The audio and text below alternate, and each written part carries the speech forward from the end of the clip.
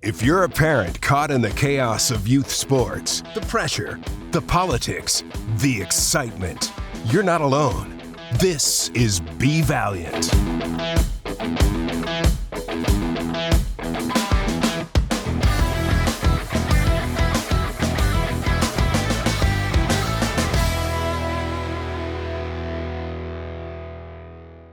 Welcome to another episode of Be Valiant. I'm your host, Todd Merkow, the CEO and founder of Valiant Sports Society.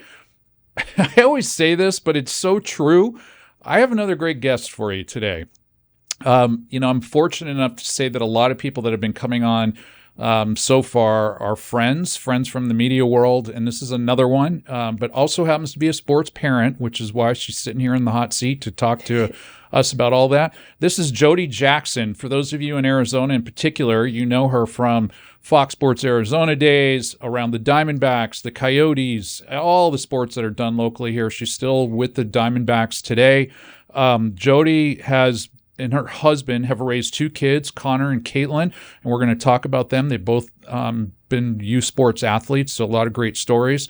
And I'm so happy to have you. Thank you so much for joining us on Be Valiant. Thank you, Todd. Yeah, we go back a long way to the start of Fox Sports Arizona, or not. I wasn't there for the start, but you were, and then we run into each other at Cronkite once in a while, and so it's great to be here. And those students, by the way, I don't know if I've ever told you the story. This is obviously direct with my own kids and going through youth sports, but it's talking to those kids for the last 7 years and hearing their responses, which I'm sure you've heard from time to time. It literally was them who pushed me over the hump to do this, because there's just way too many kids that are affected negatively from youth sports, mental health in particular, which is really, really sad. And what's tough, if you're learning that in their college class, then they're taking that into their lives. And what if they are like, oh, no, you want to play that? No, we're not doing that. Like, you don't want to see that, right? You don't want to see young people that aren't encouraging their kids to play sports. Yeah. We want kids to enjoy sports and play for the right reasons, and not have parents that are kind of, I had such a bad experience that I don't want my kid to have that. Yeah. Well, that's for sure. And I often find myself, I have to catch myself. Like, I got to remember that sports are great. Sports are the reason why I'm here today playing. It's probably same for you.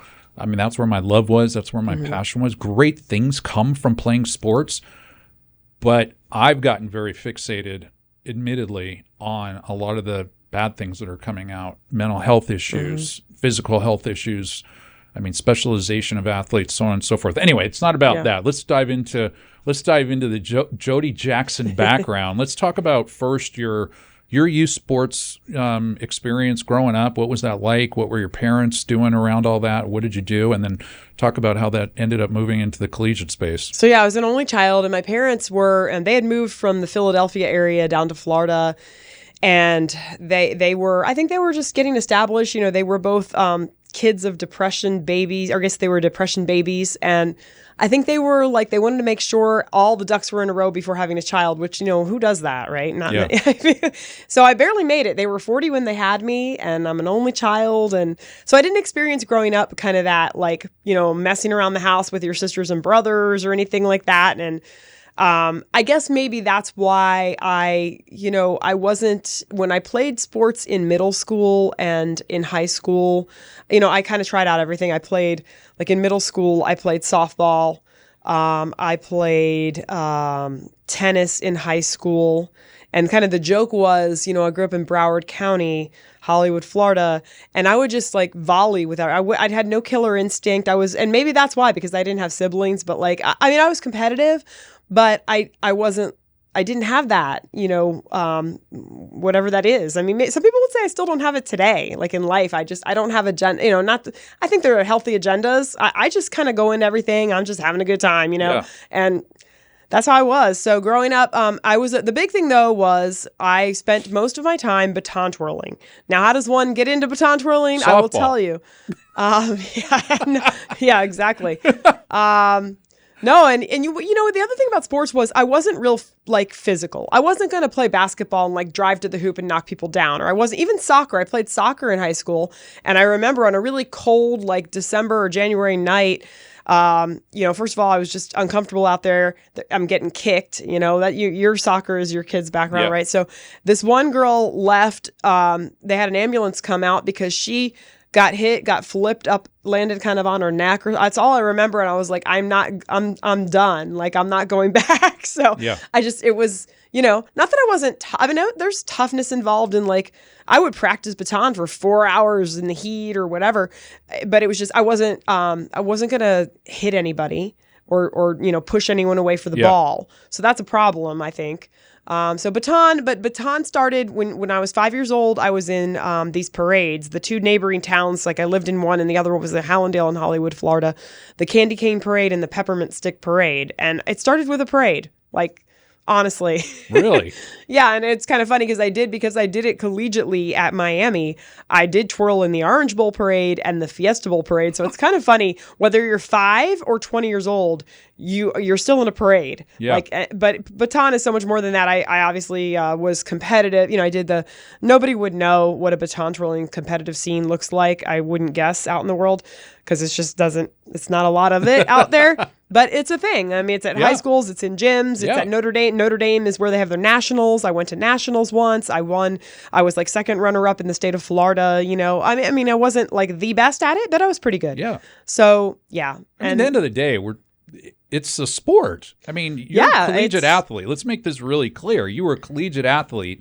Got a little Miami. scholarship and everything. Yeah, for sure. Now it's a lot of the best girls at it were more gymnastics and a lot of that, but it is a lot of quick twitch. It's a lot of like, there's some dance involved. There's some, but I wasn't like great at gymnastics. I kind of did what I needed to do for the baton stuff, but I mean, what's the highest you could throw it and catch it? I don't know, really high. I guess I'm thinking about it now. I never really thought at the time about the strength to throw it like high, but that's a thing too. Like I didn't really think about I just did it. But I know one thing, it's practice, and the other sport that every sport is practice. But I think about all the repetition that I did, and it was that's just what it was. The more you repeat it, the better you're going to be at it. And baseball's like that. So covering baseball, it's like baseball's a sport. Like football's more like when you're in the moment, because no one practices at full speed, and but baseball is like the more you're better at it, the more reps. For sure. And football's a little more like, what are you going to be in the moment? What's the decision making or whatever? So from there, you come out of Miami, and then I want to talk a little bit about your sports career. So how's that So I grew up I grew up loving sports. My parents, we watched a lot of sports growing up. They became, I guess that, they used to be Phillies and Eagles fans and whatever, came down to Miami. We were all big Hurricane fans because, when I was in grade school was when it was Jimmy Johnson and the Fatigues and the whole thing. By the way, pony up, baby, pony up. Yeah. And SMU. SMU, yeah, that was another, wild school at the time, right? We were known for scandal more than anything, right? So were we. That's what I'm saying. Oh yeah, we were. Yeah. Well, you guys were too, to a degree. We've been good we were worse. too. Yeah. Anyway. So yeah, SMU. I didn't know that. I didn't know you went to SMU, but private schools, I think good schools, and so I just wanted to go into broadcasting. So I didn't know what that was going to look like. I think even as late as graduation, I was, am I going to do news? Am I going to do, but I loved sports. So I cold called the sports radio station in South Florida, and I got a job, the late great Andrew Ashwood, who at one point was president of Fox Sports Radio. Later, he was kind of like a FM, disc jockey guy turned sports guy. Yeah. And he gave 4 kids that summer of 1995 a chance out of college, and I was one of them. So my thank you to Andrew Ashwood, who gave me that chance. Yeah. And that started where? That actual station was in Davie, Florida. Okay. Davie is actually where the Dolphins training camp is, but it's, a suburb of Fort Lauderdale. And then you went through Buffalo and then been in Phoenix basically for, I don't even want to say 25 years. Yeah. I know, 30 years since the network started. That's right. Yeah. Crazy. So you've been around it. You've seen it a lot. The parallel I want to make here for you and I think is somewhat similar. I think, I got 3 years into youth sports with my kids, and it was one of those moments of like, holy shit, what is going on here?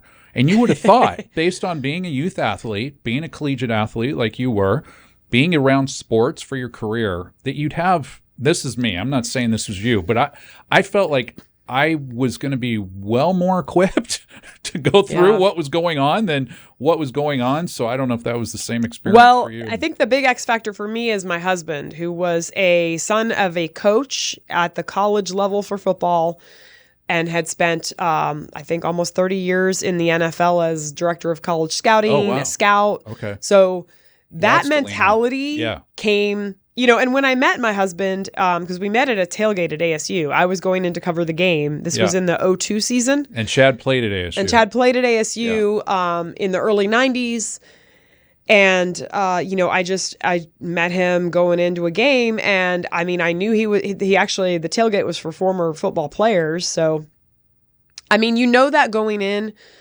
But, we didn't talk about like raising kids with sports in mind. We never had those conversations, but we both knew, we both love sports, but I think it's coming from two really different places. My parents had no idea about any, it was literally like taking me to stuff and just sitting back, where his dad was, his dad had played college football at Colorado State.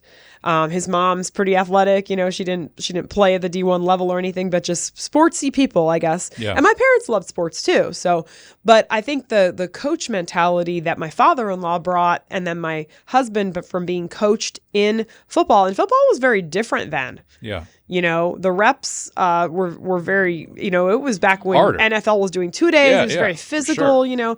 And so I think that just what that creates, and I think that what created in him is a toughness and so then what I didn't also know is that he was going to coach all these sports. He was going to coach the first thing they did was soccer.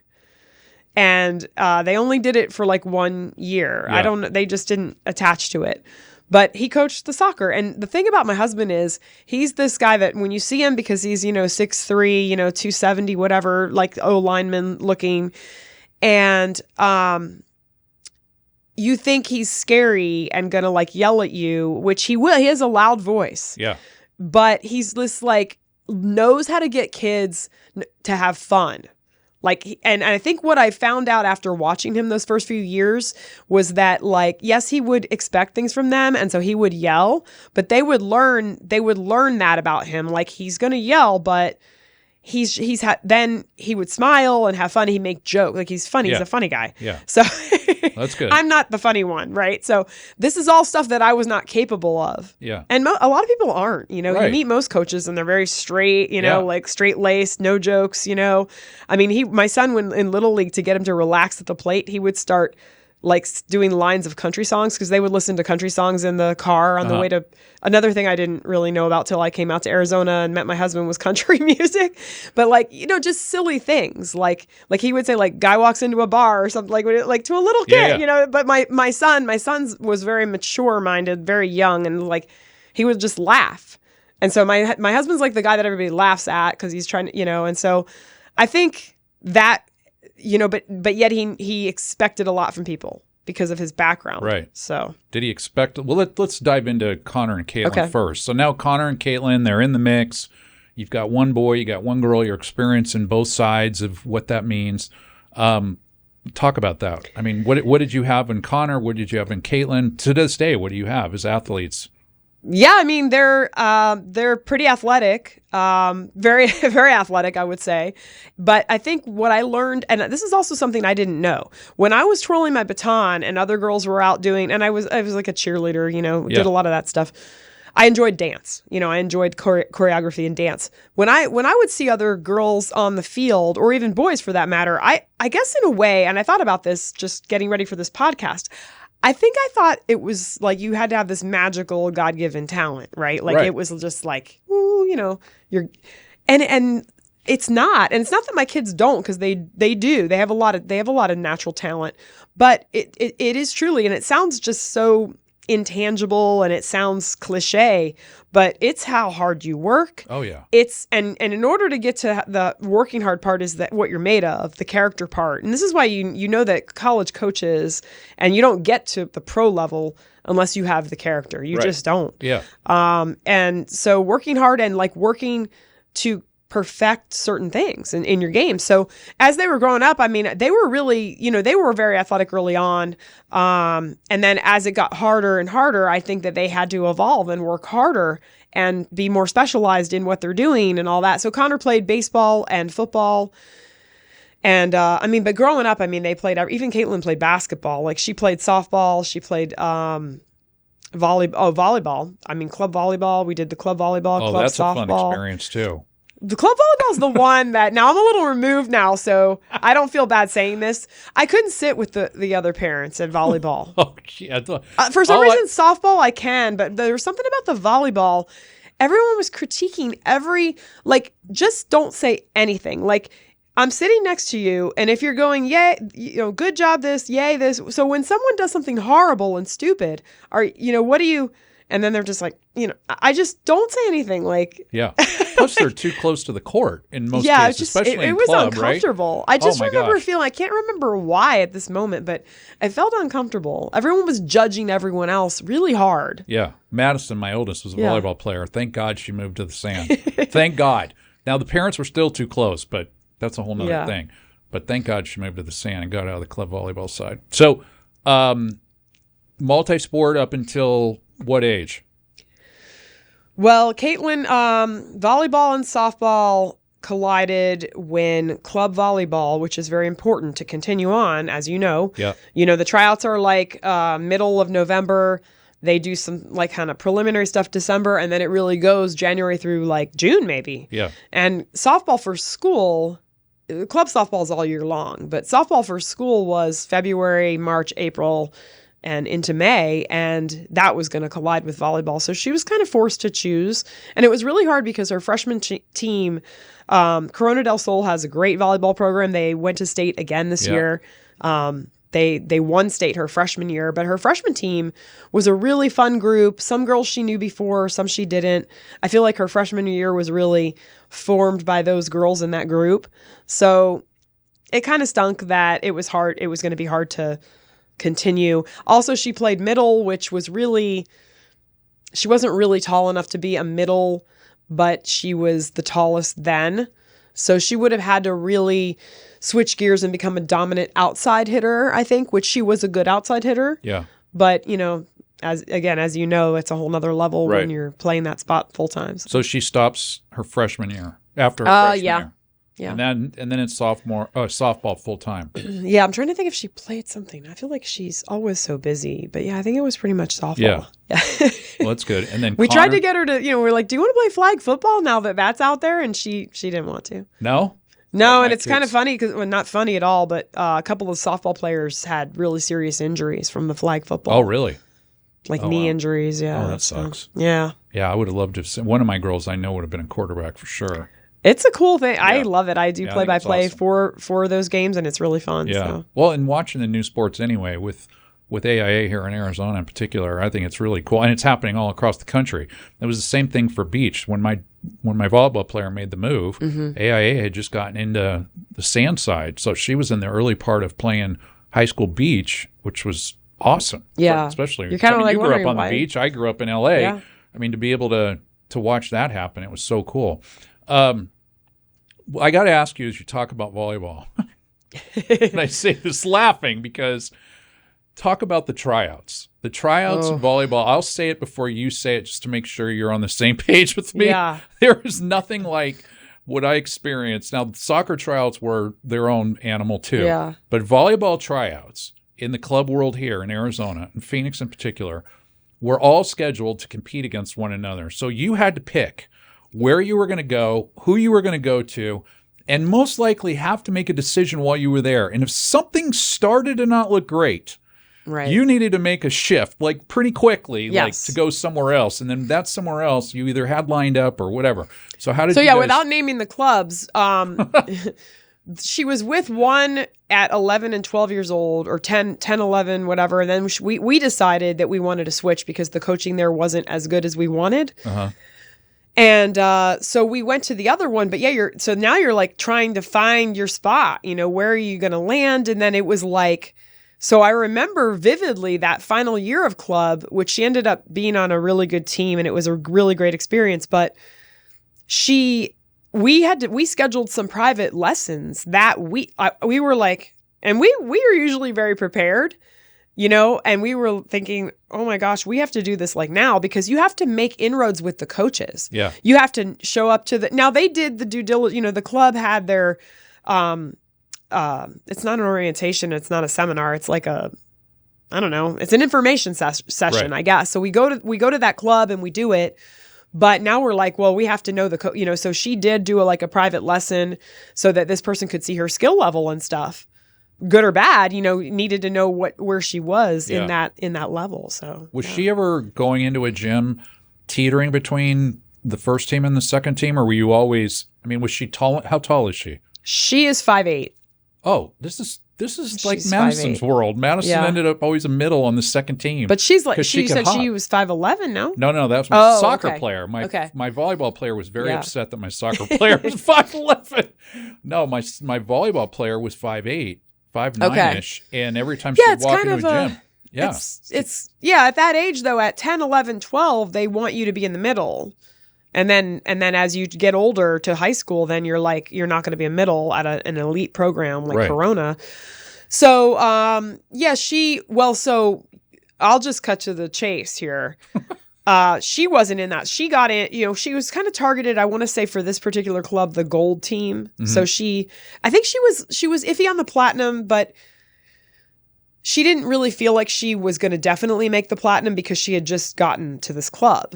Platinum and was first team. Yeah, I think it went platinum, gold, silver, bronze, and maybe there was another one even. And I remember thinking, well, it'd be cool if she was platinum, but they don't know her really. And that's where the politics kind of do come in, because if there's 5 or 6 girls that are kind of the same, they're probably going to take the one that they know that has been at the club. And that's not to punish you. It's just what it is. Yeah. But the most horrific thing that happens on that day, and my daughter didn't, but these girls are crying in the parking lot. Yeah. I forget what they list the numbers, right? Is that what it is? And I think I blacked all that out. and it's really tough. Yeah. They're crying because they didn't get on the team that they wanted to, and there's always 5 or 6 girls really upset, and it starts. And then there's the parents that have to pay. You have to go over and pay that day. Yeah. And I'm thinking okay, I want to get points I'm going to get my airline points. So I'm going to pay with this credit card. But it's I'm crying because of the money part of it. Right. This is really expensive. But club volleyball for you, Yeah. Oh my gosh. Yeah, those flashbacks. So let's kind of go back to the household. One of the things I like to talk about is, where I think parents should go today is really being mindful about what is the sports culture in the house, right? Mm-hmm. What is it we want it to be? How do we want them to go through this experience? Because it's just a whole different preparation, right? But because of Chad's background, your background, you guys clearly have some type of a framework. How much did you guys, now that you have kids old enough to play, maybe it's those first soccer years, what kind of conversations did you have, any at the time, of thinking about, the pathway of which you might go down? Or maybe it was that aha moment of being 3 years in and going, oh my gosh, if that happened to you, at any point, did you guys talk about it? No, not really. It was just, let's go, Yeah. Just knowing that, I think everyone, we all agree that sports is great for kids. I think everyone watching hopefully agrees. It teaches them how to be part of a team. It's discipline. It's physical activity, keeping them off, off the streets, right? We live in a suburb of Tempe. Even no matter where you live, the point is, if you live in a rough neighborhood, it's off the streets, or if you live in a fine neighborhood, there's a lot of things your kid can get into that are really, really awful, no matter what background you come from. So that's an easy one, right? So I think it was a process of that. It wasn't an aha moment. It was just the process of, wow, this is really serious, or, the competition is really crazy, or these parents are really catty, or it was just over time. Yeah. Yeah. Does that make sense? Is that like kind of what? Yeah. Yeah. And then, with the roles, Chad, did he take Connor or Caitlin or, I mean, I assume you guys had to split duty a lot of times. Yeah, well, me with my job, and traveling a lot and you're being all over the place. I didn't get to go to like everything, but I got to go to a lot of stuff growing up as they grew. And I think what I learned is just, again, especially at the younger ages, it was clear to me early they were both going to be good at a lot of sports. Yeah. They were, and they wanted to be. The biggest thing is they wanted to be. They paid attention. They paid attention to detail. But to me, it's so much bigger than like, can you run or can. Yeah. It's because these are specialized sports. So. But yeah, I just think we went on that like knowing, hey, let's play everything you can, and Connor he played golf, he played basketball, everything. So. How much of their attitude towards all of this is going to mom's work and being around professional athletes? I mean, how much are they bringing, that into this mix too? Well, I mean, Connor thought it was cool from day one. Caitlin, I don't know how sure she was. I remember we went to, of all things, a Coyotes event. And it was like a dinner event, but I had to, my job that day was to interview some of the celebrities. So Paul Goldschmidt was there, and, she just like, she didn't really, I have these pictures of her. She's maybe like 5 and the Goldie's there. Or maybe she's 7. I don't know. And, she thinks it's cool, but at the time, I don't think she really got it. The famous moment for her was at the Little League. So she played Little League baseball first. My husband had this, he and some of the other dads, we had an all-girls team in South Tempe Little League. Which is kind of rare, right? Yeah, usually you sprinkle them around, but they had all girls. They wore these special, like all red pants. They had the cool socks. They had this whole thing going, and it was really cute. Little League opening day, because I used to be the MC there for a few years. I guess you could say I'm a local celebrity. I don't know. You are a local celebrity, but they'll call Jody. We're gonna call Jody. Yeah, we're gonna put her on the mic. Yeah, done. Yeah, it's fine. It was good. I always enjoyed it. But Caitlin got chosen. Luis Gonzalez was the guest that day, right? So that's a big one. Yeah. Like we've had a lot of different D-backs that showed up, but you got to know my daughter too at that younger age. She's very like hard to read, and like she'll look at you if she's unsure, like kind of the laser beam eye, like, and you're thinking, so she kind of, Gonzo's up there and he hands her the ball to throw out the first pitch. And she kind of she was just like Gonzo and I still talked about that to this day. I'm just like, she, I don't know. She just wasn't warm and fuzzy to Gonzo, which I'm like, Gonzo's like the mayor or the governor of Arizona, the mayor of every town in Arizona, like the 6-year-old Caitlin didn't care or whatever. So, and how'd the throw go? I'm trying to, I think it went okay, but they must have had her move up because I can't, Well, that's good. Yeah. So, any moments of adversity, any types, I mean, we talked a little bit about club volleyball tryouts. Yeah. And I'm sure there's stories in there, but anything that, with either Connor or Caitlin coming through that you and Chad had to kind of like take a step back and have a discussion about and figure out, like, there's a moving from an organization, from a coach, from, how hard were those decisions for you if they happened? Well, I'll just move on to softball because, so club softball, there was a lot of moving. She's a pitcher. And so first of all, when people, the other day it happened, somebody said, wait a minute, I'm putting this together. You have a pitcher and a quarterback. I go, yeah, it's very stressful. It's like everything, seriously. This isn't just like, he's playing special teams, or he's, or even if you're a linebacker, there's 3 linebackers out there. So it's a quarterback, it's a pitcher. So, we would move around with club because you're trying to find the best fit. There's always movement with pitchers, like, most teams have like 3 maybe, because pitchers can pitch a lot, so it was finding that right mix. It was always, like, I feel like it always went like this. Caitlin's saying, well, my friends are on this team. It's like, my friends are here. Yeah. And we would say, well, they have like 6 pitchers. And then she would say, okay. And she usually did what was smart for the softball side of it.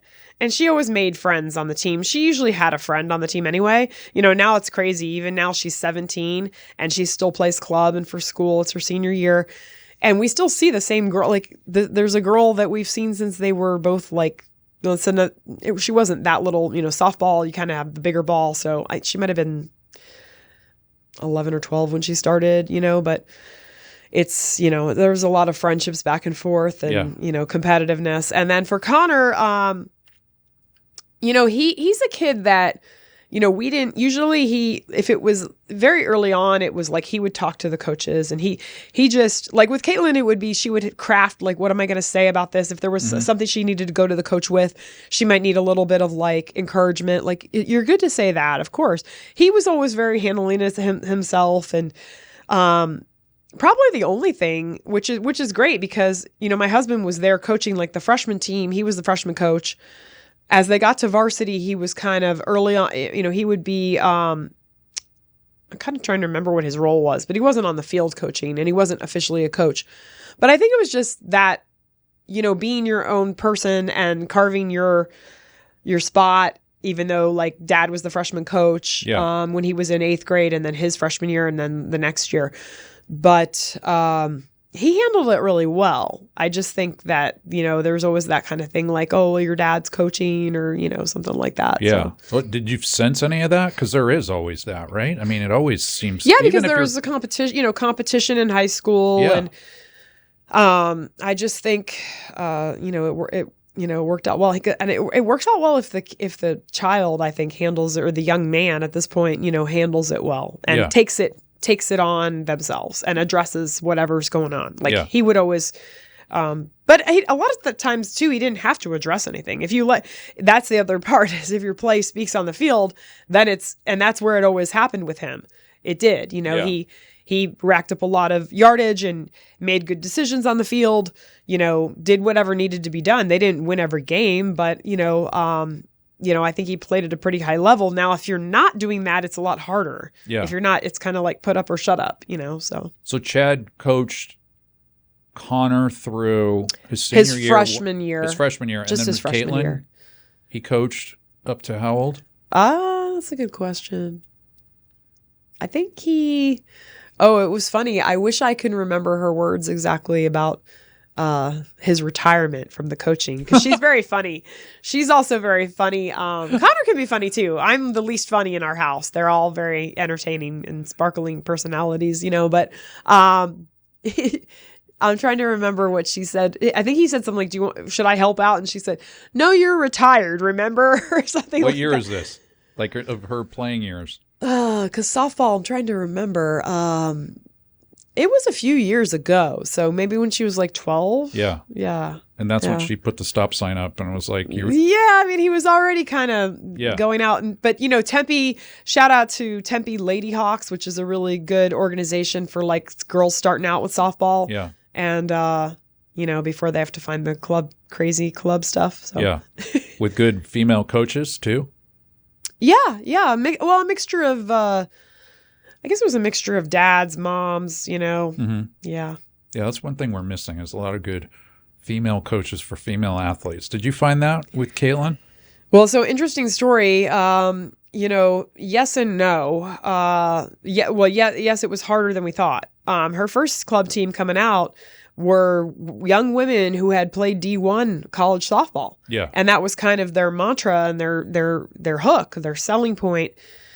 And unfortunately, we found that they were not the best coaches. They really weren't. I can say that, if they're watching, I would say that, they were very, very hard on the girls, like verbally, physically, the running and the heat and all this stuff in the summer. And these are still pretty young girls. I want to say they were 12. Now, maybe. Do you know is that a byproduct of what their coaches were? Were they male? I mean, you always got to look at the lineage, I don't know, right? but that was really not what we expected. And look, I'm coming from the base of like, we expect them to be hard on the girls and to expect a lot, of course. But it was really, really not good. Yeah. I mean, well, and I ran in my volleyball player had a lot of female coaches, and they were good ones. I wouldn't say they were all highly qualified volleyball coaches, but they were good. Yeah. My soccer player ran into one female coach. I was kind of hoping this would be a great moment for her because she hadn't really had female coaches up to that point. And same thing, it just turned out to be, oh my God, like, really? Like, you have this power that is this incredible power, and you're really not even exercising it the way you should, And I think that's half the understanding of what you're actually holding in your hand with these young athletes, right? Yeah, and it was from the coaching to even the relationships, like they were closer with some girls, and then even their parents, almost like not what you would expect, and it seemed to play into some decision making on the field, which none of the parents were very cool with that either. So Connor and Caitlin, separate paths, obviously, but male, female. And I don't necessarily want to put them in those buckets either, but I'm assuming you've kind of touched on it a little bit. Caitlin with her friends, I certainly experienced that. I like to say a lot, and this audience has heard me say it plenty. There was a time that I had to get my soccer player Sydney off of a club team, and I could not, for the life of me, negotiate her off of this team. As many times as I've negotiated media rights deals with pro teams, I could not get my daughter off of this team. And it was so stressful. And we lived through it, and it was because of her friends. Like, she was not going to leave. So between Connor and Caitlin, what really kind of were you getting from them from a attitude to the sport type of thing? And, what were your expectations? What were you surprised about, too, with each of them? Well, it's so different because once he moved away, so baseball, sadly, the high school system sort of moved him out of baseball and to choosing only football, which is not great. What year did that happen? It happened right before his junior year. Some football stuff was bleeding over into the baseball schedule, and he couldn't make it to some stuff. And there was a lot of, kind of, I felt like, there felt like different attitudes coming from the coaches that they weren't exactly welcoming that. And he felt a lot of negativity coming from there. Could he have pushed through that and continued? He could have, and he could have been, whatever they needed him to do on baseball. And I'm sure that's what they would say. But he felt a lot of, even in the weight room and stuff, he felt, he and his friends, I actually heard this more from his friends than from him. He's the kind of kid that won't come home and like say this, but so-and-so said this, and just some stuff from some of the baseball coaches that was negative to the football guys, which again, I was disappointed with that. Yeah. It shouldn't be like us versus them or any of that. Right. And maybe I'm sure they would say that they were joking but it was, had an edge to it. It wasn't like joking, you know? So, he just moved on there. And but what's crazy is he loves baseball. Like the side that I cover, now it's more from that side because that's kind of what his major is sports broadcasting. And, so he loves it, and he loved it when he played it. He really did. I think he would have loved to have played both. But back to the attitudes and stuff. Football is not, it's just school. So it's a whole different animal than what a lot of young women are involved in, which is club. Everything's club. So it eliminates a lot of because he stayed at the same high school for 4 years. So that's number one. That is I guess you could say the equivalent for boys is, are you going to shuffle through high schools? And we just shake our head. It's just tough. Like some kids do the shuffle and it works out for them. Many of them, you see people petition the AIA for these hardships, and they're things that you would not believe how ridiculous they are, so that they could transfer and not miss games and all that. It's crazy. And it's not. It's crazy. From the adversity standpoint, it's not teaching them anything. It's like, to your point earlier, work hard and overcome it. Like if you've been challenged by something, if you've been challenged by another athlete, work hard and overcome it. That's life. Yeah. Like that's what's going to happen to you when you get out of school. You got to work hard and overcome it. You can't run from it every time. Yeah. I can't stand Well, usually it's the big prospects wanting to go to a better team, right? Better receivers, they're going to win, they're going to go to state, they're going to, the other thing that you do see though is once in a while that prospect will run up against, I'm thinking of one situation in particular, ran up against a kid who was a pretty good quarterback, not big and strong, but teammates loved him. Everybody loved him. Everyone knew he could do the job. And so kid goes to that school, and next thing you know, he's going to another state because he found out. And they also, competed in spring, I think. I don't know. Like, he wasn't that much better than the other kid. Yeah. Like, and how embarrassing it would have been for this huge prospect to get benched for this kid that's like, 5'11" or something, Yeah. So this person ended up going to somewhere else. And these are not people that I know personally. Right. I just heard, stories that I've heard. Yeah. So, we're neighborhood people. I never knew about South Tempe. When I came out here, I lived in Scottsdale because that's where everyone at Fox Sports Arizona and everyone I met originally told me that was a good spot. Lived there for a couple of years, and then I found South Tempe, and we love it. And my kids are at Corona, and they've stayed at Corona, which is a great sports school too, by the way. Yeah, for those good, outside the state. Yeah. Nowadays, you have the Hamilton, Basha, Chandler. Even Chandler's the one. Kind of old school that is really still having a lot of success. I'm talking more football, but Corona's really good in a lot of sports, though. Yeah, really good. They won state baseball last year. They won volleyball a lot. I'm leaving out the other sports, so I don't know. Yeah, but they're good athletes coming through there. Yes. Have you experienced with Connor and Caitlin, depending upon how far you even want to go with this, but from a mental health standpoint, even a physical health standpoint, has there been adverse moments that you've had to work through with them in situations, and what were those situations, if so? Yeah, really good question. I think so. By nature of them being a pitcher and a quarterback, the obvious thing is when things don't go well. When things go well, it's great. Yeah. Like they get a lot of accolades and all that. I mean, but I will say it's great too when not so much for a pitcher, but quarterback, you play okay, team wins, defense plays great, you're happy. But when things don't go well, the finger is pointing squarely at you as the pitcher, right? Or a lot of times as the quarterback. So, so I can give you a story on both. I feel like the negative times make for the better stories, right? Yeah. So they've had plenty of good games. I'll just say that flat out. If they're watching, I know you guys have been amazing, but it's going to be the bad moments that teach. So for Connor, I would say the one, a moment that really spoke to me about who he is was the playoff game his senior year. It's interesting because Brent Strom, who was the pitching coach for the D-backs, he and his wife live in Tucson. It was down at Sal Point in Tucson, and they had a really tough defense. I'll go on my mom rant now, right? They had the two ends that were going to Washington and Oregon. I can't remember their names right now. They had two DBs that were going also to Pac-12 schools at the time, Pac-12 schools. And he threw a couple picks. He threw a lot of picks. I think he had 3 picks.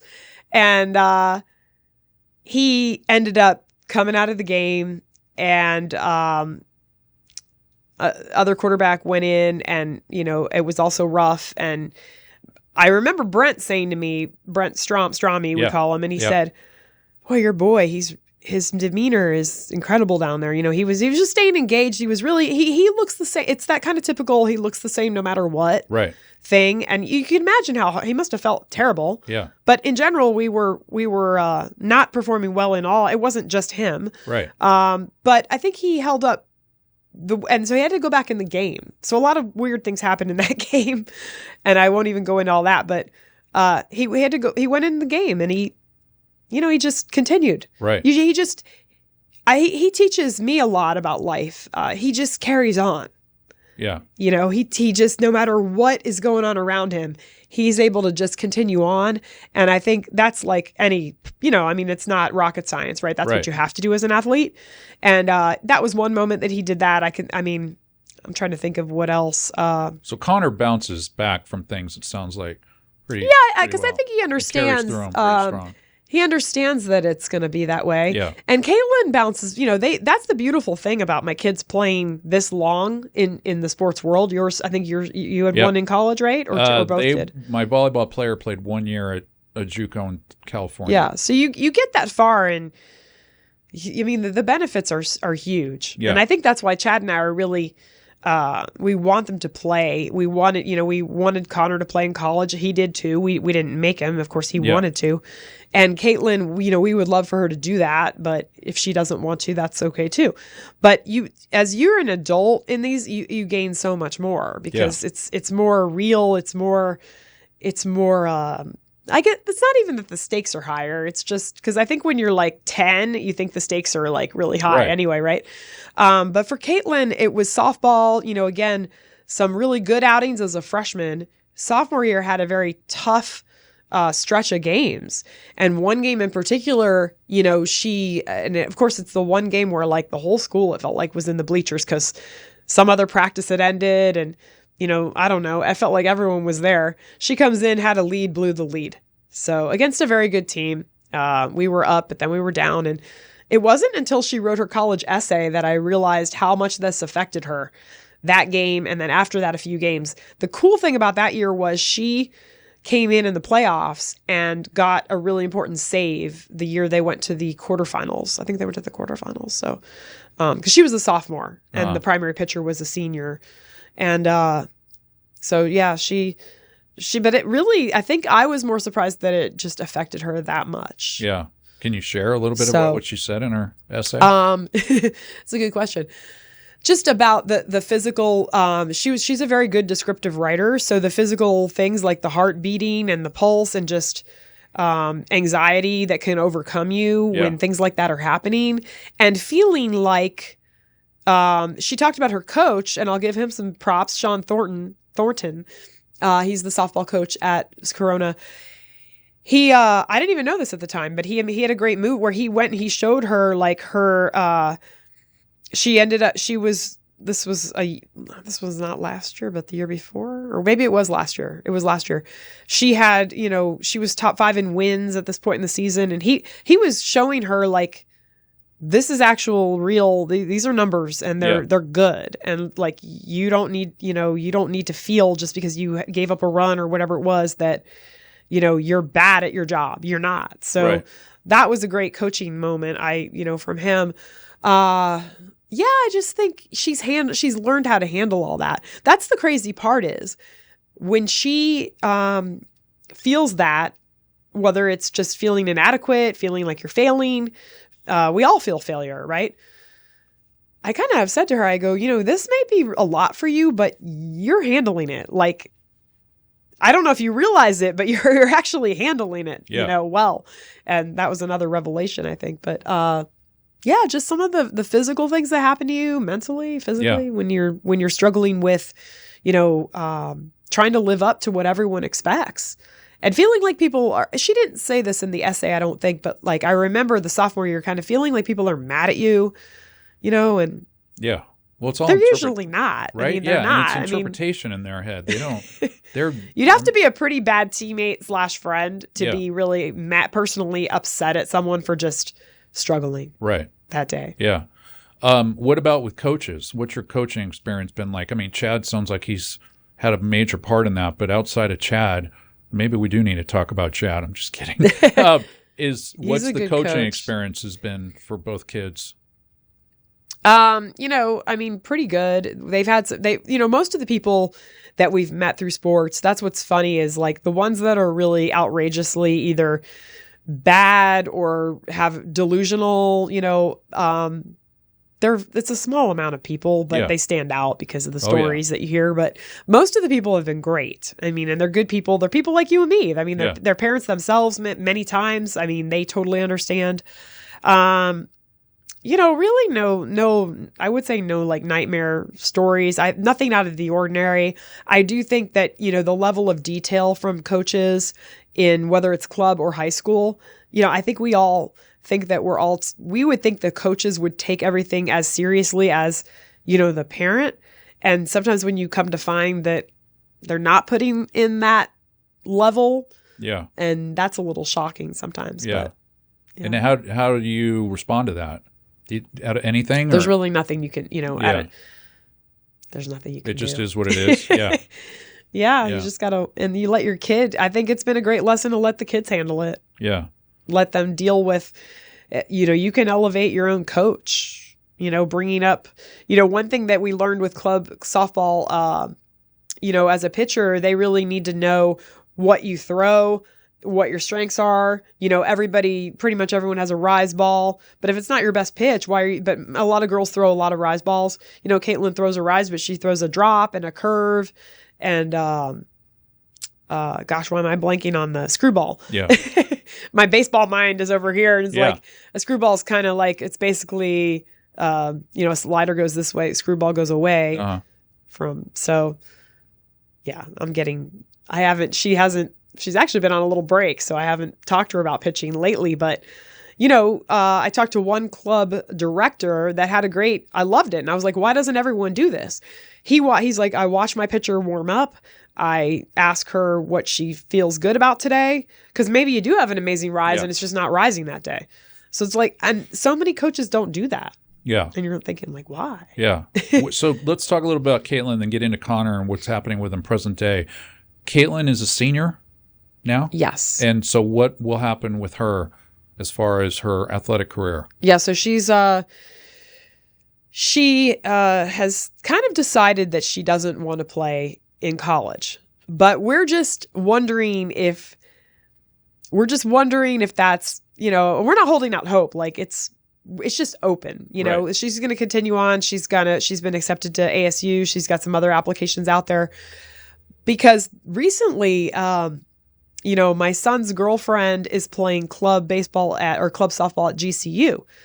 And you should have seen when Caitlin heard her say that. And she said, she didn't know that existed. Yeah. She didn't know, she really wants to do that because we had a conversation where she was realizing, what am I going to do to stay active, to have that, she realized she's going to miss it. Right. And miss it a lot. So, I said, well, then you better, I don't know what schools have club softball, but maybe that's going to become something you look at. I think the club thing is like, I played club baseball towards the end of my collegiate career. I never would have thought that today, talking about it, it is a great alternative to so many kids that played youth sports that get to that burnout phase and go to the next level or we're going to go to the next level, right? And it's more work than it is, but then there's club.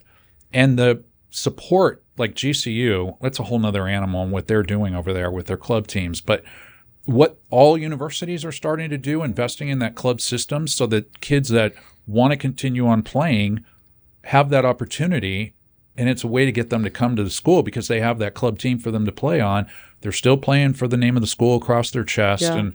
And there's a lot. I had students this year that we were talking about it in class. They were baseball players.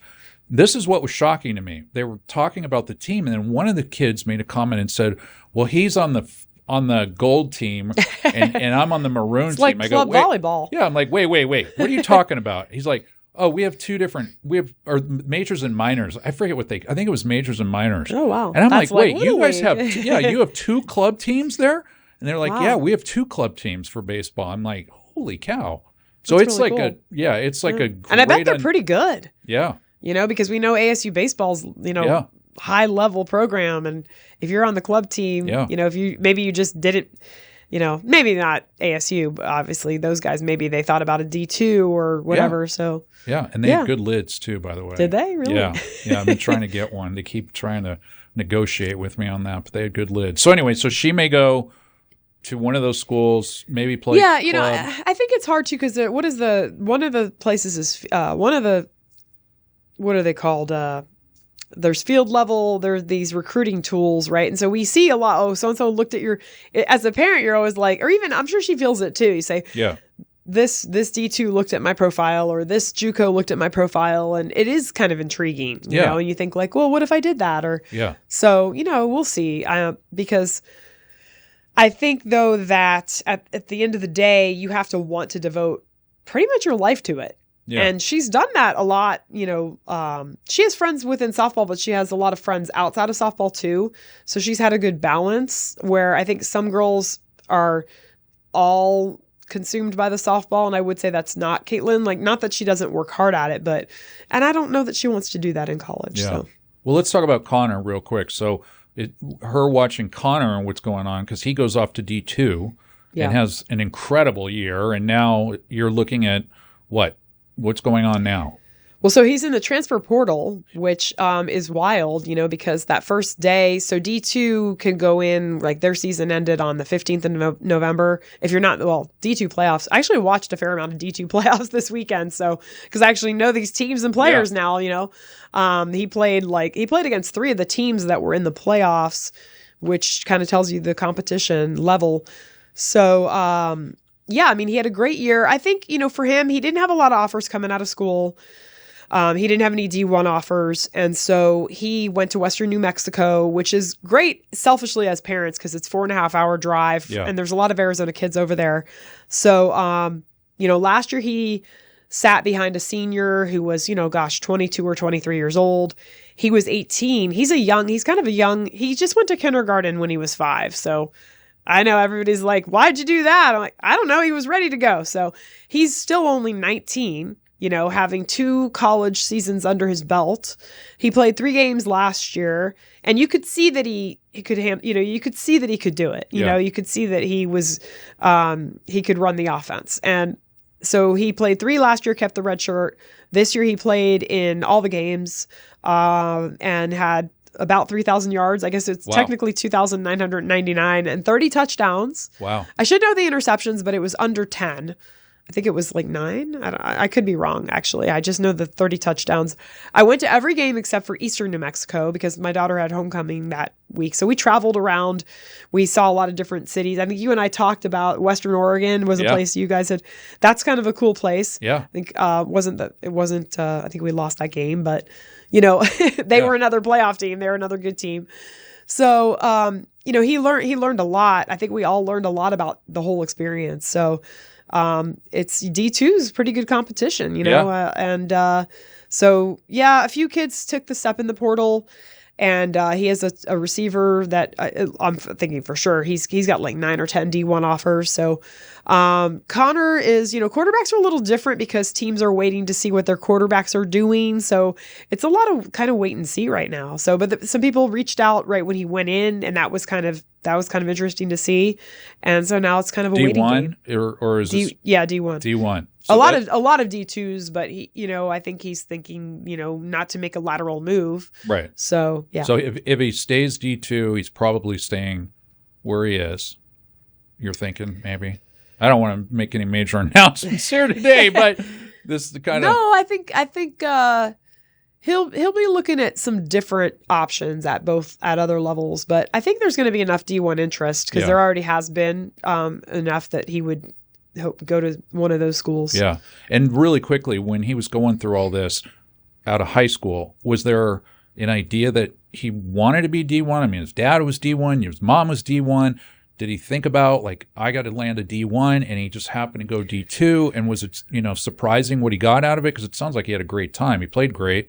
Yeah, he definitely had a good time doing it. To be able to put up the games some of the games were just crazy. One game they were down like 35-0, and then it was 55-55. Wow. So, holy cow. So to score, it wasn't 55 unanswered, but even to just get to that point, and so they had a pretty high flying offense. They had a prolific offense.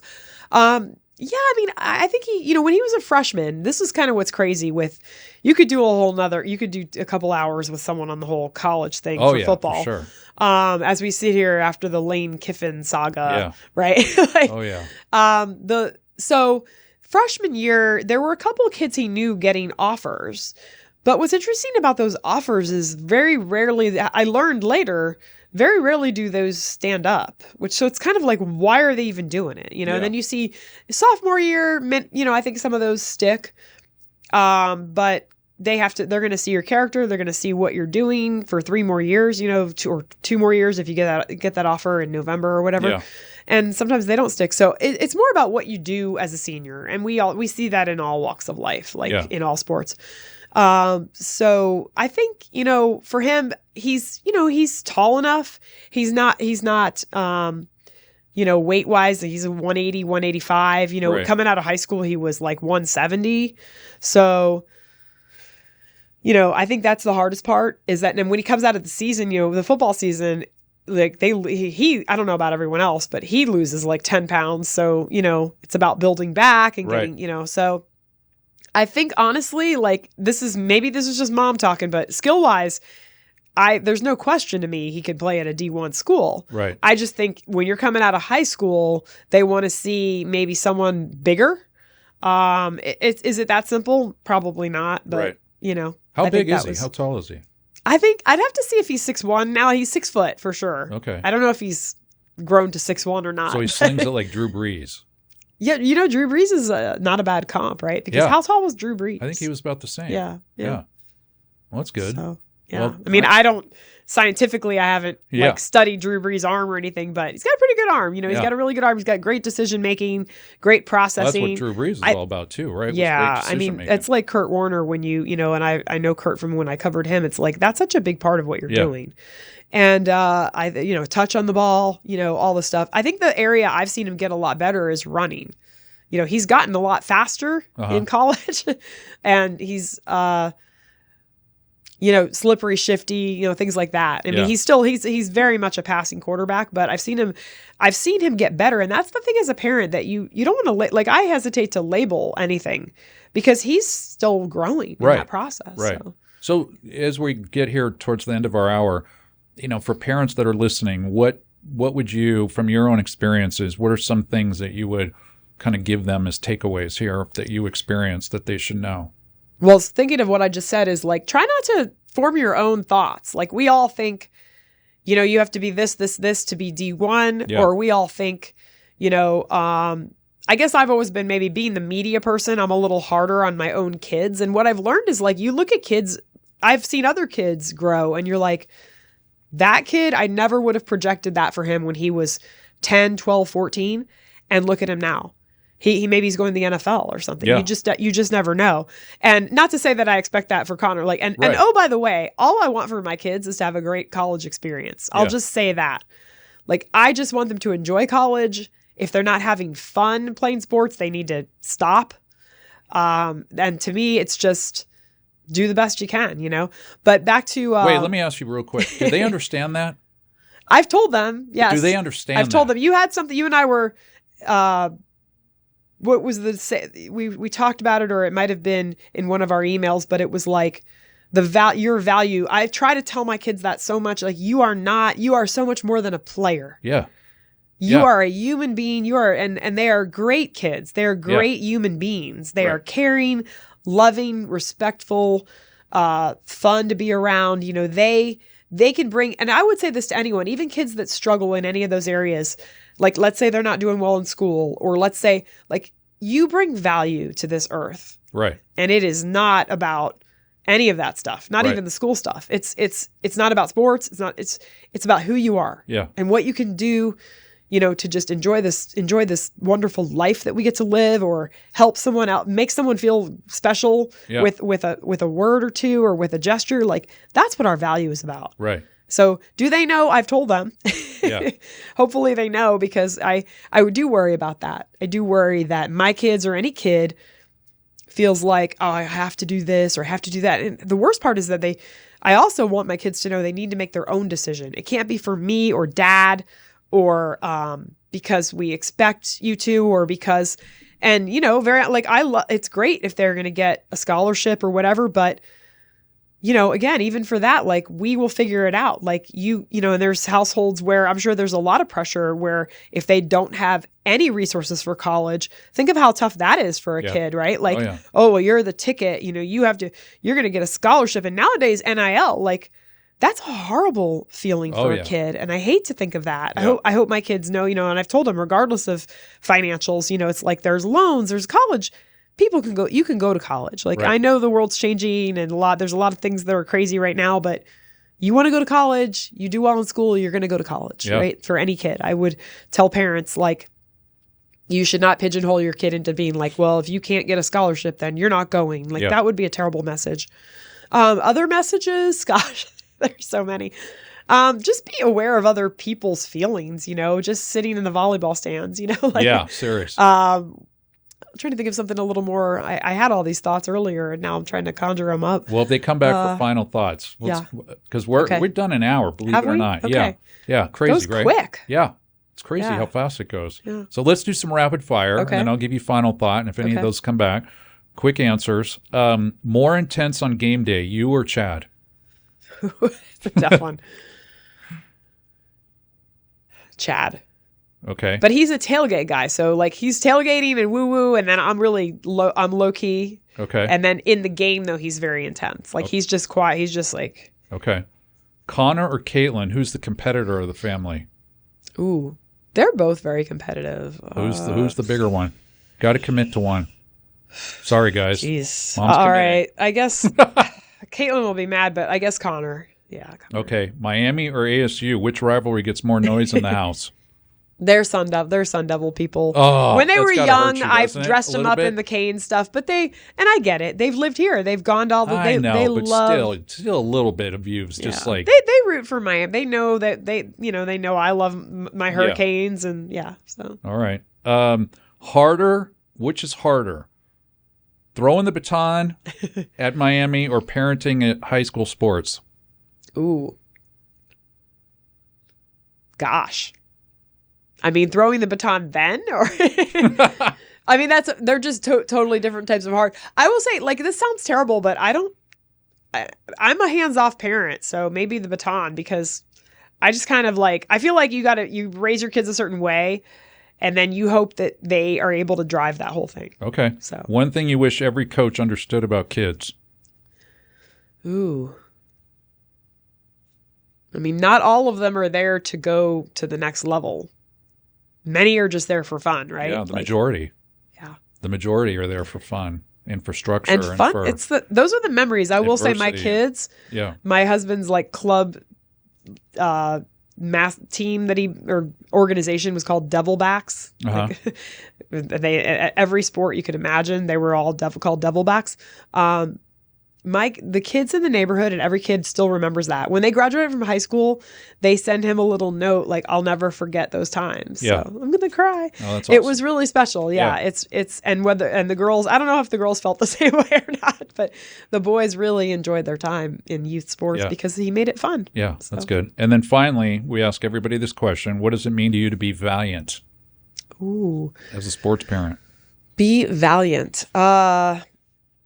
No matter what your emotions are, have integrity, don't act outside of who you would be in any other realm, I don't know if it's your podcast and your company. So I don't know if No, it's like, what does Be Valiant mean to you? Because it means something different to everybody. Valiant. I got different answers from everybody. No, that's good. Yeah. So there's no right answer, I guess. It's just whatever. Yeah, it's what you feel.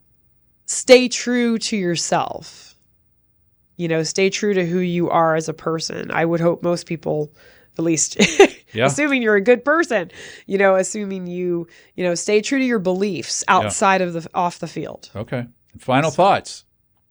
Any final thoughts? It's been fun. We did go by quickly. I guess I could talk about youth sports all day. Well, we'll do it again. Then I'll just take that as you're going to come back. I guess a final thought would be that I have really enjoyed it. When you see parents like, I'm really busy. I'm not going to lie. Right. So I see a lot of parents that say they're really sad about they'll never go back to the field or whatever. And I used to think like, gosh, well, it's so hard for me to get here. I get here and I stay for 20 minutes and I have to leave. And now that one's a senior and the other one's I feel that too. And I totally get it. It's like to not set up your chair and sit out there. This is a special time. So as a parent, like I get it and I realize that. And to get to see them perform it's been really special and it doesn't happen for everybody. Yeah, so. That is for sure. Yeah. Well, listen, I'm so thankful that you spent some time with me. And I hope Todd. Parents at home enjoy this and get something from it because I think you gave them a lot of good information. So I really appreciate it. And maybe we'll do it again soon. Thanks. Because your story's not done. Your story's not done. I love that you do this. It's great. Thank you. Thank you very much. Todd. All right. If you found value in this conversation, share it with another parent, an athlete, or even a coach. For more stories like Jody's and Chad's, as well as other resources, visit playfearless.org. Valiant Sports is a nonprofit that depends on community and corporate support to keep these conversations and resources free for every family. If your company or organization believes in protecting the mental and physical health of young athletes, you can learn how to partner or contribute at playfearless.org/donate. And finally, as I always like to say, for all the parents that are in the thick of it or just starting out, remember, you're allowed to make bold, informed decisions for your child. You're allowed to walk away from the wrong team. You're allowed to demand a better culture. But most of all, you're allowed to trust your gut and lead your family the way that's right for you and especially your kids. Until next time, be valiant, play fearless.